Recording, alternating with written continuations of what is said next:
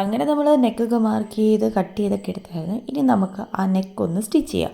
അപ്പം നമ്മുടെ നല്ല മെറ്റീരിയലിൻ്റെ മണ്ടയിലായിട്ട് ലൈനിങ് വെച്ചതിന് ശേഷം എന്ത് സ്റ്റിച്ച് ചെയ്തെടുക്കുകയാണ് ചെയ്യുന്നത്. എന്നിട്ട് ഇനി ഇതിനെ തിരിച്ച് ഇട്ട് പതിച്ചടിക്കുകയൊക്കെ ചെയ്യണം. അപ്പോൾ വേണമെന്നുണ്ടെങ്കിൽ നെക്കിന് നമുക്ക് ക്യാൻവാസൊക്കെ വെച്ച് അടിക്കാം. ഞാനിപ്പോൾ ക്യാൻവാസ് ഒന്നും വെച്ചിട്ടില്ല. പിന്നെ നമ്മുടെ ഈ കൈക്കുഴിയുടെ അവിടെ ഒന്നിട്ട് ഇതേപോലെ ഒന്ന് സ്റ്റിച്ച് ചെയ്തെടുത്തിട്ട് അങ്ങനെയാണ് തിരിച്ചിട്ട് എടുക്കുന്നത്. അങ്ങനെ തന്നെ ഇതിപ്പോൾ തിരിച്ചിട്ടെടുക്കുകയാണ് ചെയ്യുന്നത്. ഇതിനെയും പതിച്ചും കൂടെ ഒന്ന് അടിച്ചെടുക്കണം. അതിനുശേഷം നമുക്ക് സ്ലീവിൻ്റെതും കൂടെ ആദ്യം ഒന്ന് അടിച്ചെടുക്കുക. അപ്പോൾ ഫ്രണ്ട് നെക്കും എടുത്തിട്ടുണ്ട്, ബാക്ക് നെക്കും അതേപോലെ തന്നെ പതിച്ചെടുത്തിട്ടുണ്ട്. സ്ലീവിൻ്റെ ഞാൻ ആദ്യം മെഷർമെൻറ്റ് പറഞ്ഞായിരുന്നു തെറ്റിയിട്ടുണ്ടെന്ന്. അത് നമ്മൾ 7 ഇഞ്ച് സ്റ്റിച്ച് ചെയ്ത് എടുത്ത് കഴിയുമ്പോഴത്തേക്കിന് വേണം. അപ്പോൾ അത് തയ്യൽ തുമ്പെല്ലാം കൂടെ ചേർത്ത് ഞാനിപ്പോൾ 11 ഇഞ്ചാണ് എടുത്തിരിക്കുന്നത്. അതുപോലെ ഇതിൻ്റെ ഫുൾ വീഡിയോ നമ്മുടെ യൂട്യൂബ് ചാനലിൽ ഞാൻ ഓൾറെഡി അപ്ലോഡ് ചെയ്തിട്ടുണ്ട്. അപ്പോൾ അതൊന്ന് ജസ്റ്റ് ഒന്ന് കയറി കണ്ട് നോക്കുക.